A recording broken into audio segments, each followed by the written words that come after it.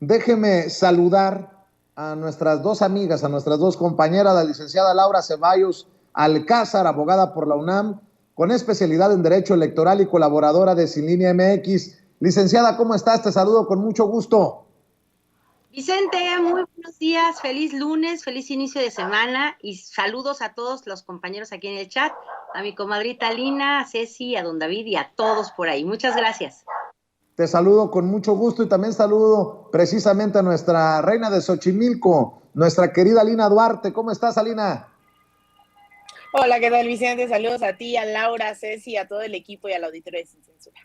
A ver, Alina, déjame iniciar contigo precisamente. ¿Cómo ves el proceso histórico colombiano? A mí me erizó la piel escuchar la juramentación de Francia Márquez y de ver cómo el pueblo colombiano sale a abrazar este proceso de transformación, así como en nuestro país, Alina. Mira, Vicente, yo estoy muy feliz, con muchísima esperanza, aunque no es mi país. Definitivamente cuando hay una victoria en el continente de estas magnitudes, es imposible no sentirse aludido, especialmente con una campaña que le ha apostado a la reconciliación, a la integración, pero sobre todo a poner en primera línea, así con México dicen primero los pobres, pues Francia Márquez y Gustavo Petro han hablado del gobierno de los y las nadies, sobre todo haciendo referencia a este discurso, a este poema de Eduardo Galeano que le sugiere a la audiencia después de ver Sin Censura, vaya, busque, habla de estos históricamente excluidos de la sociedad y al final concluye, dice, en unas partes dicen las y los nadies, ¿no? Que no hablan idiomas sino dialectos, que no hacen cultura sino folclore, y al final muy fuerte cierra diciendo que valen menos que la bala que los mata, ¿no? Es muy fuerte saber que ese ha sido el discurso con el cual ha ganado el pacto histórico, y yo he sido muy insistente en que no se trata solo de la victoria de Gustavo Petro ni solo la victoria de Francia Márquez, sino ha sido una confluencia, a diferencia de muchos gobiernos, incluso aquí en México, gobiernos progresistas que han llegado con alianzas de carácter electoral. Colombia llega con una alianza entre movimientos sociales, organizaciones, activistas, sobre todo pensando en que vienen de un proceso fallido del 2016, la firma de los diálogos de paz, que no lograron al final materializarse en eso, en una paz. Al contrario, ha habido desde entonces, desde el 2016, más de 300 masacres, más de 300 personas asesinadas oficialmente que fueron firmantes de estos acuerdos. Sin embargo, hablan los miembros que firmaron estos acuerdos, que son más de 600 personas, más de 1,300 personas asesinadas, defensores de derechos humanos, del territorio, activistas. Es un país marcado, México lo sabe bien, marcado por la violencia, y de hecho, así como en 1999 se firmó este Plan Colombia, pues aquí en México firmamos la iniciativa Mérida, que es copia y calca. Sin embargo, allá ya llevaban 2 siglos desde el proceso de independencia, Vicente, que no habían visto un gobierno de izquierda, y aquellos que intentaban llegar a la presidencia en Colombia eran asesinados como candidatos o ya una vez que habían tomado posesión. Y es muy simbólico ayer ver que, por ejemplo, una persona como José María Pizarro, hija de uno de estos presidentes que habían llegado a la izquierda, que fue asesinado, es quien toma la banda presidencial y la coloca en Gustavo Petro. Una Francia Márquez que fue trabajadora del hogar, ¿no? Que se dedicó a la minería tradicional, más en lo local, pues, ¿no? Sin este gran extractivismo ahí en el Cauca, de donde ella es, en Suárez, una mujer que ha sido reconocida por incluso liderar un movimiento de mujeres afrocolombianas que en su momento marchó desde el municipio de Suárez hasta Bogotá, exigiendo la restitución de sus tierras, que se les diera su propiedad ancestral, y que también fue reconocida incluso por el premio Goldman en 2019, si no me equivoco, que es equivalente a un premio Nobel del medio ambiente. Francia Márquez es una mujer admirable, de una humildad tremenda. Cuando fuimos a la primera vuelta tuvimos la oportunidad de entrevistarla, de una sencillez, la verdad, bárbara, ¿no? Que te la transmite inmediatamente. Y Gustavo Petro tiene un perfil que, si bien se le ha insistido en que ha sido guerrillero, cuando uno lee su libro, Una vida, muchas vidas, lo que él narra es que sí formó parte del movimiento 19 de abril, el M19, pero que los principios que buscaban no era salir y asesinar gente como se hizo esta campaña, sino la transformación de Colombia a través, pues sí, de las armas, ¿no? Que fue la revolución en México, que han sido las grandes revoluciones en vista de que las grandes oligarquías terratenientes pues no soltaban el control de Colombia, y él se decide unir a los 18 años, una vez que estudia economía. Sin embargo, lo encarcelan, lo torturan, sale de la cárcel, él comienza su vida como activista, él firma los acuerdos de paz con el M-19 en 1991 y después empieza como congresista, como alcalde de Bogotá, como senador, y ya es la tercera vez que compite por la presidencia. Sin embargo, ahora no lo hace solo con su movimiento, con la Colombia Humana, ahora lo hace con una mujer muy poderosa como Francia Márquez, y es por eso que en este contexto a mí me alegra mucho ver no solamente la toma de posición, sino ver a gente, ¿no? A los afrocolombianos, a los pobres, a las lideresas, a todo ese grupo que siempre estuvo olvidado en esa Colombia profunda, estar tan feliz al borde de las lágrimas el día de ayer ahí en la Plaza Bolívar en Bogotá. Así que yo auguro que también pues al menos va a ser difícil, evidentemente, ya muchos hablan de que no es un proceso de ruptura, de revolucionario, ¿no? No es un proceso socialista ni comunista ni mucho menos, es un proceso de transición, un proceso que incluso se ha tenido que sentar con la ultraderecha, que por la vía de los hechos sí tiene el poder en Colombia, pero no tiene de su lado a la población. Entonces, la verdad es que bastante emocionante. Yo estuve muy al pendiente de estas declaraciones y más emocionante aún viendo que pues habla de nuevamente esta unión en América Latina, que invita a los gobiernos progresistas, y que días antes, hay que recordar, lo reportamos aquí, una Francia Márquez que estuvo pues un poco cerrando esas alianzas a través de una mini gira antes de esta toma de posesión. Se reunió con Lula, con Cristina Fernández de Kirchner, con Alberto Fernández, Lucho Arce, con Evo Morales. Incluso también tuvo una reunión de Zoom con Claudia Sheinbaum, también hay que ponerlo ahí en la lista, ¿no? Fueron varios encuentros con quienes ella consideraba también estos referentes de izquierda en América Latina, y pues ya lo escuchamos hoy al presidente López Obrador decir nuevamente que está muy alegre, ¿no? Con esta victoria, que está invitado cuando pueda Petro venir, pues él tendrá las puertas abiertas en este país. Así que no solo habla de una nueva etapa para América Latina, para Colombia, sino también para América Latina, una vez que el país que había sido clave para Estados Unidos, incluso, ¿no?, tratado como una colonia con 7 bases militares, pues ahora vira a la izquierda. Así que ya nada más falta Brasil para decir que ya hay un continente casi en su totalidad vestido de rojo.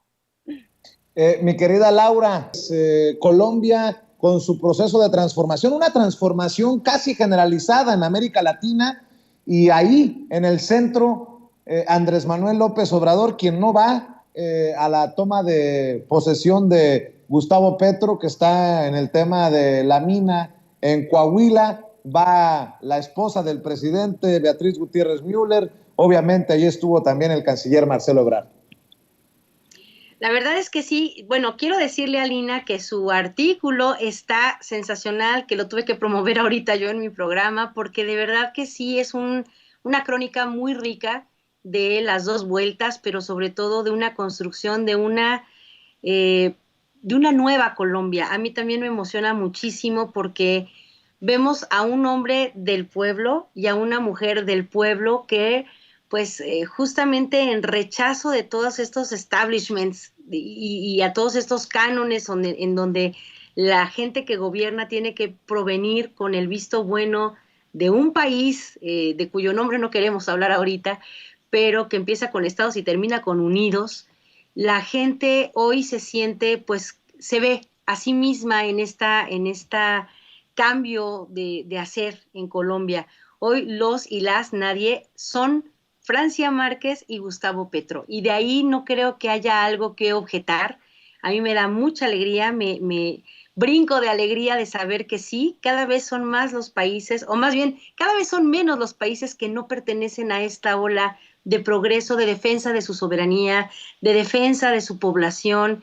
Entonces es muy emocionante lo que estamos viviendo. Y bueno, el presidente en perfecta congruencia, como siempre es, de su política exterior, es hacer lo que debe hacer al interior, y no iba a ir a quedar bien a Colombia dejando, pues, no al garete, porque el presidente desde el minuto 1 en que se enteró de esta desgracia de la mina, pues tomó las acciones necesarias y envió personal y envió a Laura, la directora aquí de Protección Civil, y a la Guardia Nacional, y el general Sandoval, aunque estaba con COVID, pues envió a la gente que tenía que hacer los trabajos, y él termina justamente su gira de trabajo del fin de semana en la mina con las personas que de repente nunca falta el negrito en el arroz, que se quejan de lo que no, de lo que hace el presidente y no recuerdan lo que hizo el Saco de Pus en una situación similar, en donde pues ni al presidente, ni a los empresarios, ni a nadie les importó los mineros que quedaron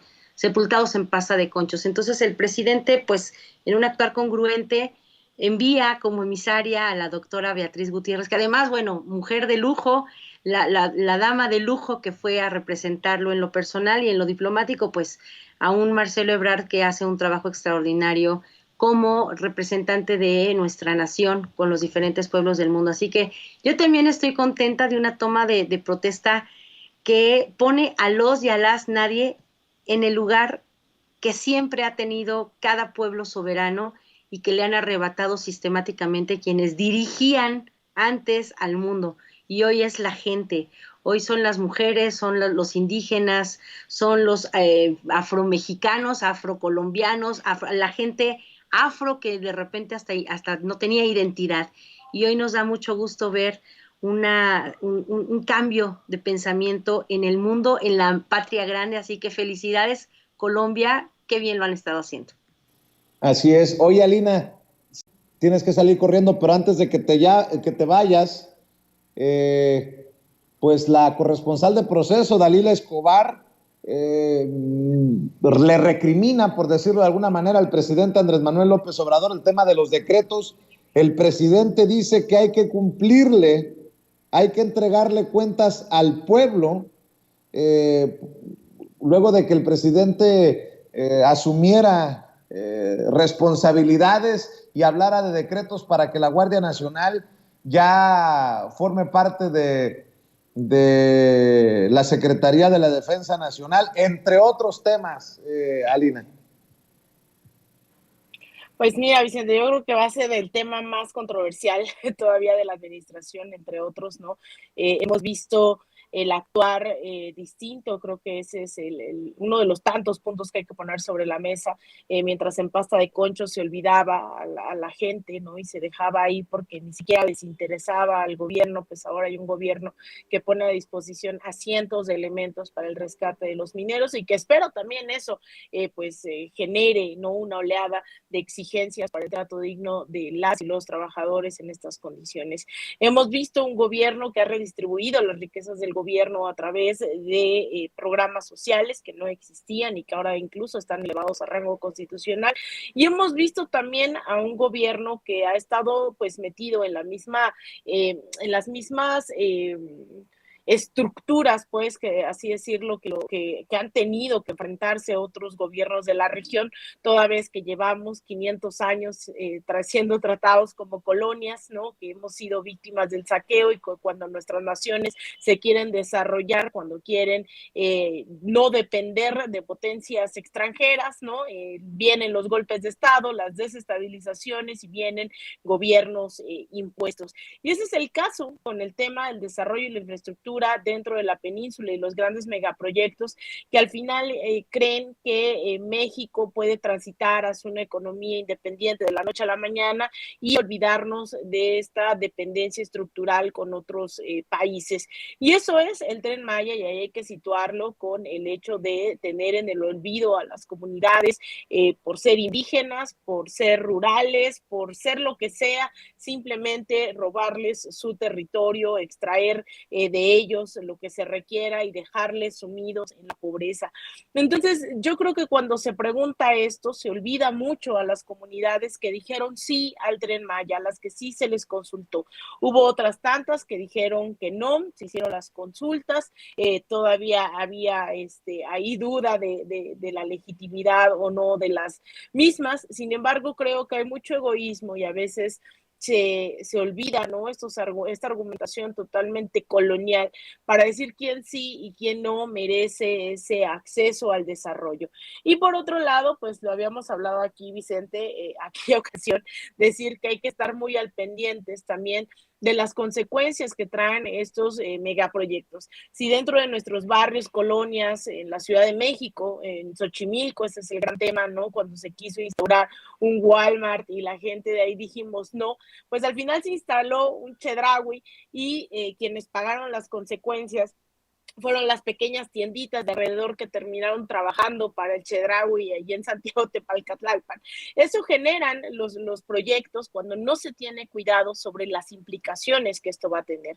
Yo creo que el gobierno ante estos debates se ha enfrentado a ver qué va a pasar con las comunidades, ¿no? Cómo se van a hacer sustentables el desarrollo, pero también cómo estas riquezas que va a generar este desarrollo puede trasladarse en la construcción de escuelas, de hospitales, porque también esas comunidades merecen eso. Entonces, yo creo que es lamentable que en vez de tener estos debates como los estamos teniendo aquí, haya ciertos medios de comunicación que les están usando para el golpeteo, ¿no? Para llenar estas campañas de grandes organizaciones, sobre todo financiadas por Estados Unidos, comprobadas, esto no es una conspiración ni mucho menos, y pensar que estos megaproyectos al final solo van a beneficiar a las empresas que los construyen, ¿no? Yo creo que hay que pensar siempre en la población y eso es a lo que se refiere el presidente López Obrador.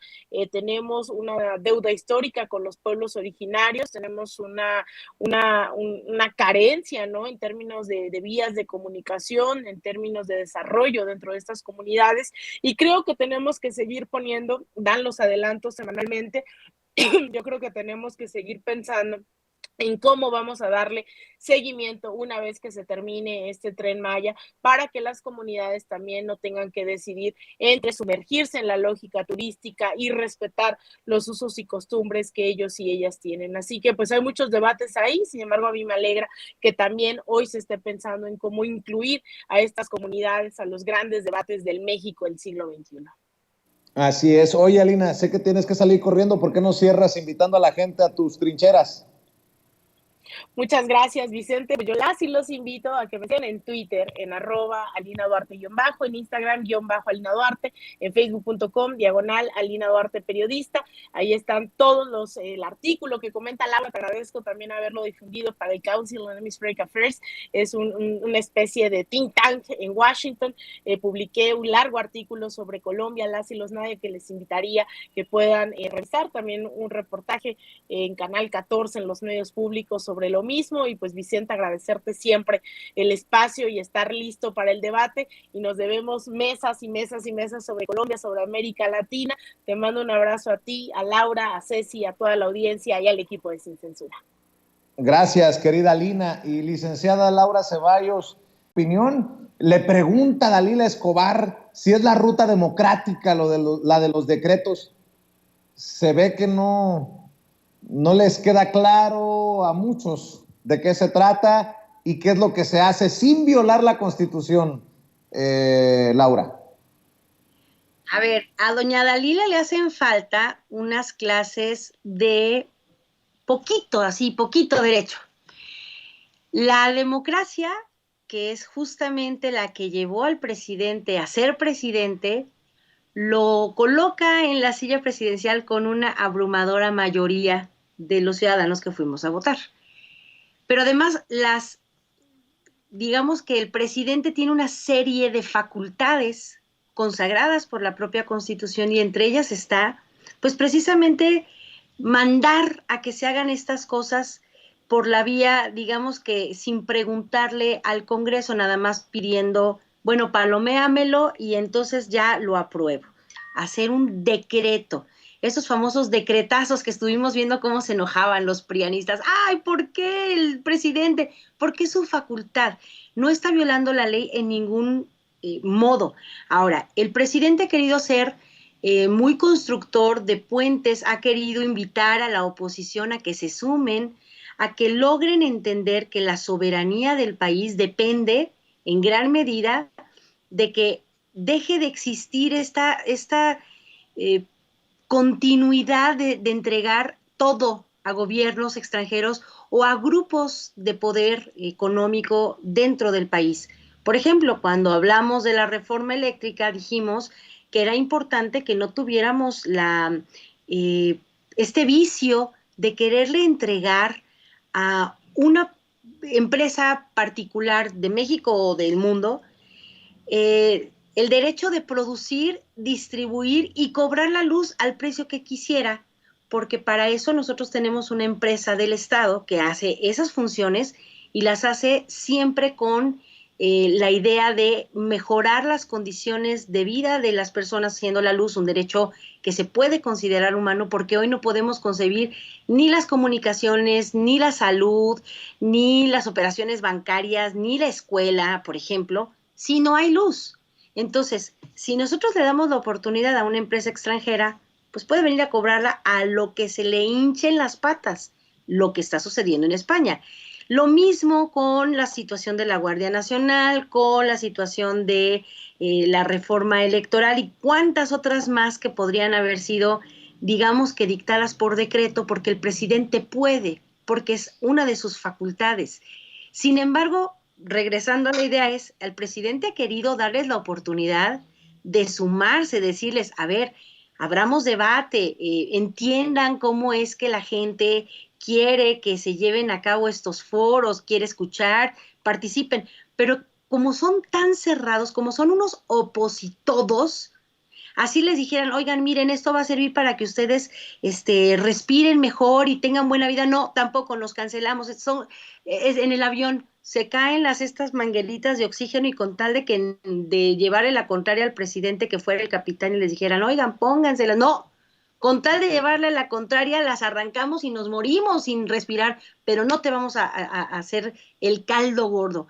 No entienden que ser opositor no es decir que no a todo, sino llevar a la discusión políticas que eventualmente se puedan volver políticas públicas a favor de sus electores y no decirle que no a todo. Y tampoco implica seguir permitiendo que ellos hagan negocios, como hemos visto ahora estos panistas que ahora son ya perseguidos políticos. Todos los panistas ladrones son perseguidos políticos, pero que ya fueron descubiertos en sus negocios inmobiliarios de las alcaldías de la Ciudad de México, Benito Juárez y alguna otra que por ahí andan buscando cómo es que se hacían de negocios. Eso es a lo que ellos están acostumbrados, a que les den un departamentito, una lanita acá, un carrito allá, por aprobar reformas. Y entonces, pues sí, como dice Alina, requieren de voceros, digamos que acreditados como medios políticos, medios de comunicación que lleven el tema político a la mañanera, porque ellos saben que ni legislativa ni jurídicamente tienen manera de decir que es ilegal lo que hace el presidente. Pueden salir y echar el alarido que quieran y mentir todo lo que les dé la gana, que para eso tienen las 3 neuronas funcionales, pero para decir algo que es falso, que el presidente no puede, pues mienten. Entonces, por eso es que mandan siempre esta idea de la insidia y de hacer trastabillar al presidente a ver si de pura casualidad se equivoca y lo agarran en la maroma, nada más que no saben que el presidente tiene un colmillo que le arrastra y hace surco. Cuando ellos van, el presidente ya fue y vino. Entonces, es una de sus facultades, pero pues a Dalila no le informaron. Así es. Oye, querida Laura, ¿cómo ves al 2023 a la coalición, a la alianza Va por México, que se anda desmoronando porque Marco Cortés, el presidente nacional del PAN, pues nos dio luz de que el PAN iba con su candidato en el bastión panista que significa el Estado de México. El presidente del PAN destapó a Enrique Vargas del Villar, diputado local panista allá en el Estado de México, para competir contra la maestra Delfina Gómez por la gubernatura del Estado de México el próximo año. Lo que pasa es que el señor Enrique Vargas del Villar no es una blanca palomita, mi querida Laura, y parece que no se ayudan ni ellos solitos, Laura. No se ayudan ni se ayudarán. Y es que ahí te va. Mira, ahorita hice el programa justamente haciendo la división o la diferencia. Una cosa es ser corcholata y otra cosa ser una fichita. Y entonces, bueno, a Delfina la acusan de un robo descarado del dinero. A ver, tanto el dictamen del INE como la primera resolución de la sala regional y luego la confirmación de la sala especializada concluyen que si bien Morena, cuando estaba conformándose, no hizo claramente la señalización de a dónde fue a parar cada uno de los pesos y centavos que los trabajadores del municipio de Texcoco como donaron o fueron o entregaron, para no utilizar la palabra donación, entregaron al proyecto para el sostenimiento de la primera campaña y de pues los primeros momentos del partido, que si bien no fue clara la contabilidad, por así llamarlo, a la hora de decir en qué estaba cada centavo, tampoco pudieron comprobar, porque no fue así, que ningún peso ni ningún centavo hubiera sido desviado para la cartera personal de Delfina. Por tanto, Delfina no es una ladrona como ellos han querido hacer ver que el Delfina pues era obligaba a los pobres trabajadores y además es una rata. No, el dinero no fue fiscalizado de manera adecuada, no fueron clarificados a dónde fueron, pero en los tres documentos, digamos, tanto del INE como las dos sentencias del tribunal, se dice claramente que si bien no pueden, no hicieron con claridad la fiscalización, en ningún momento hubo un desvío de dinero. Además, estamos hablando de aproximadamente 4.5 millones de pesos que sirvieron para construir campaña. Entonces, una cosa es ser corcholata, que es Delfina, y estos 4.5 millones de pesos, y otra cosa es ser una fichita, como este hombre que tiene un prontuario criminal y pues una serie de propiedades, más que, bueno, yo creo que sí son como el nopal, tiene un montón de propiedades, pero además son propiedades y son bienes económicos que no se ajustan a lo que él reporta como ganancias anuales, tanto como político como en materia de bienes raíces, ni con una agencia de publicidad que dice que tiene. O sea, no tiene nada que ver lo que dice que gana con lo que dice que tiene. Y por otro lado, pues también su récord criminal, en donde pues se demuestra con una ficha signalética que ha ingresado a la cárcel, que tiene denuncias por violencia de su tía, de un amigo, de un colaborador. Vaya, una cosa, entonces, repito, es ser una corcholata y otra cosa es ser una fichita. Y este sujeto, pues, es nada más la viva imagen de los personajes que componen las filas del PRIAN-RD. Primero salieron, le aplaudieron y cuando se dieron cuenta del bicharrajo que es en realidad, recularon, pero pues ya Marquito no le da para recular mucho. Y entonces, pues ahora el Vapor México se espanta de un hombre con un prontuario criminal de este calibre porque se parece mucho al que ellos mismos tienen. Entonces, no tienen con qué, de verdad, me da tristeza porque tienen un par de candidatas que le quieren hacer sombra a Delfina, una colaboradora actual del PRI y una ex legisladora panista, pero que no logran un peso específico que de alguna manera logre romper esta inercia en donde la candidata de Morena pues ganó en la primera ocasión que contendió, pero bueno, robaron el voto igual que Andrés Manuel López Obrador, y que la gente sabe que tiene un trabajo pues que es probado, y de rata no tiene nada. Ahí están las sentencias del tribunal, ahí está toda la relación de hechos en donde se confirma que no hay un peso que exigirle a Delfina. Y como dijo el presidente, que vayan a ver su casa, sus bienes no corresponden a una ladrona de millones de pesos, sino a una mujer que ha trabajado toda su vida y que es honesta y que por eso es que se ganó la confianza de la gente del propio Estado de México para ponerla como una de las tres posibles, bueno, una de las tres personas que fueron propuestas para ser candidatos, y bueno, pues se le ganó a Higinio Martínez y a Horacio Duarte, porque tiene una probidad y una trayectoria de trabajo con la gente que la coloca en ese estado. Mi querida Laura Ceballos, ¿por qué no cerramos invitando a la gente para que te lea, para que te vea, para que te escuche, para que te siga, querida Laura? Pues bueno, yo estoy en Ciline MX todos los días a las 11 de la mañana en Las Cartas sobre la Mesa, así se llama el programa.